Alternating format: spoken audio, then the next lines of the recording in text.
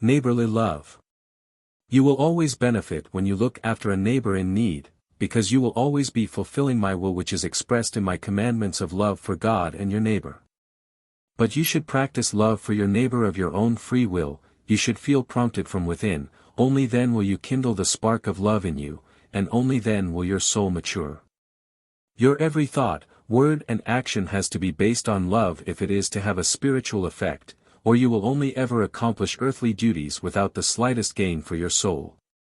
It is always just a matter of love, of the inner urge to do good, to help where it is needed, to please and bring joy to where the opportunity presents itself. It is a matter of the person's inner nature which should become completely absorbed in its love for me and the next person, which overcomes all selfish love and is completely imbued by love, so that I myself can be present in him and thus work in him through my spirit.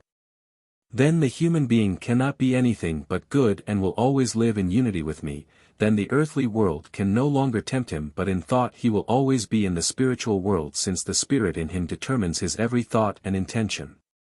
But as long as a person's thoughts are held captive by the world, it will not be possible for him to develop love in himself, for then the world will still appeal to his selfish love, and this will be satisfied first, which will always be at the expense of the next person.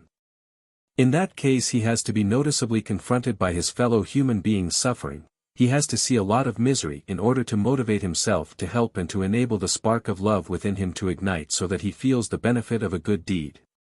Hence much tribulation has yet to be experienced on earth, because love has grown cold amongst people, because my messengers of love are hardly ever appreciated, and thus the spiritual hardship, which can only be remedied by love, is also extensive.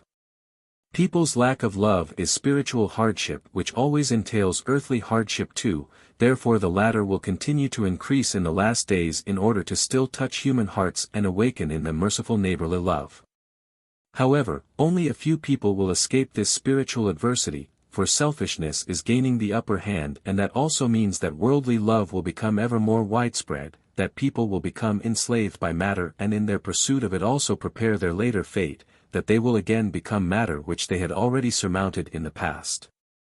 And there is only one way out from this banishment, and this way out is and remains love. Not even my love can release you from the commandment to practice love, for love is the first law, and without love no one can become blessed. Amen.